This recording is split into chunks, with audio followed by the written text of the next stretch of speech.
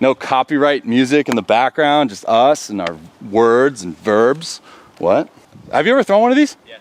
And it not go well? It just, I would, like, other people would be like, can we throw this? And I'd be like, sure. Sure. Throw it, and it just kind of like, it'll, like, maybe it'll spin right, but it'll like. So the goal is like to get rid of like the wobble, but not manipulate your throw so much that it kind of accomplishes the goal by like throwing darts, right? So you obviously want to stick with your same throw. And this is like a really good immediate feedback tool, right? So like that's when we can start implementing like, oh, well, if I set my hands out first, or if I do this first, like there's a lot of progressions we can implement and maybe see if we, you know, get it. But we'll just throw it, play around. Discount code Robby10. Ah.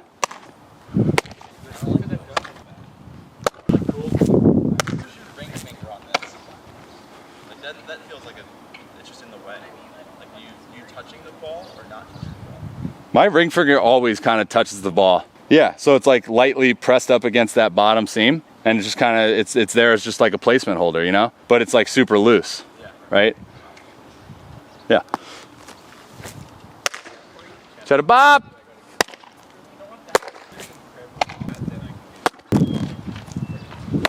That was good. So it's gonna move, right? It's a hockey puck.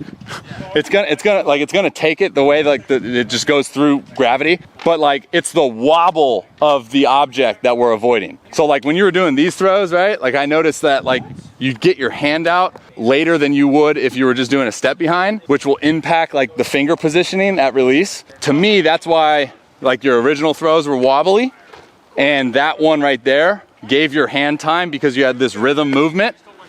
And then it was boom on time, and it moves, right? It's gonna move, but we don't want it to wobble. Okay, I thought I was chasing like this. No. But like straight at your chest. No. Okay. No, you're chasing the avoiding of the wobble. Okay. Good.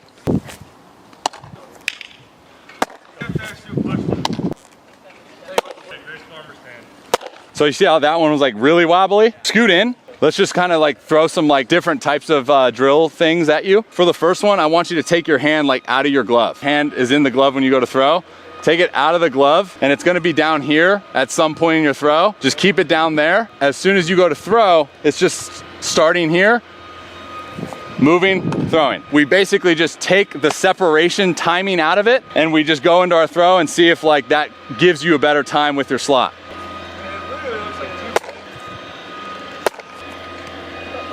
Okay, you stalled out a little bit on that one. Clank, clank. Now start with the lead foot in the air. Glove side, yep. Hand down and throw. That was good though. Didn't wobble as much. But these, it's because your hand is getting there earlier than you're usually used to, right? And it's less wobble because the timing's better. No, this is arm side elevated to me is early, and then glove side down is late. Because when you're early, you're under. Thank God. Hmm? Sorry, marinate. I would say I should go. Mm-hmm. Cross your hands. Yep. And then you can even walk in on this one.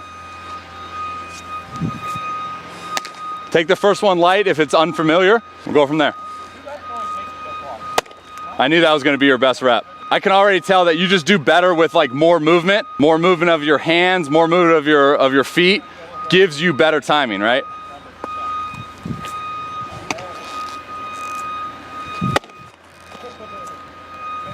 Yeah, that was your best one. Well, think about it, right? Like if it doesn't wobble, then it's gonna take off that way because of the way the ball is spinning. It's like going off your axis, right? So if your axis is like 1130 or whatever, it's gonna take off that way.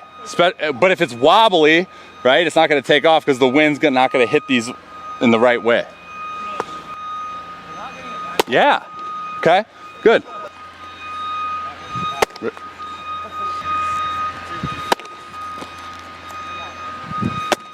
One more. Okay, so that's probably the best one. That is the best one. You have movement of your feet and you have movement of your hands. There's no stall period, all one fluid motion. Rhythmic movements promote timing of the hand in correlation to where the front foot is coming down. That could be another piece that we add into your actual stretch mechanics, where maybe we add like a rhythmic movement of just like when you lift your leg, your hands gotta move, and we need movement, right? Yeah, you're just stacked here and there's no like initial move rhythm that's promoting that timing. That's probably what's leading to the drastic inconsistencies of the spin efficiency number, right? Because sometimes it's a lag, sometimes it's a stall, sometimes it's rushed, right? There's a lot of variables. Now let's take away the step to me and just start with the hands crossed. And you can scoot in. Start with the hands crossed, same thing, and just go into your throw. Good. Yeah. Uh-huh.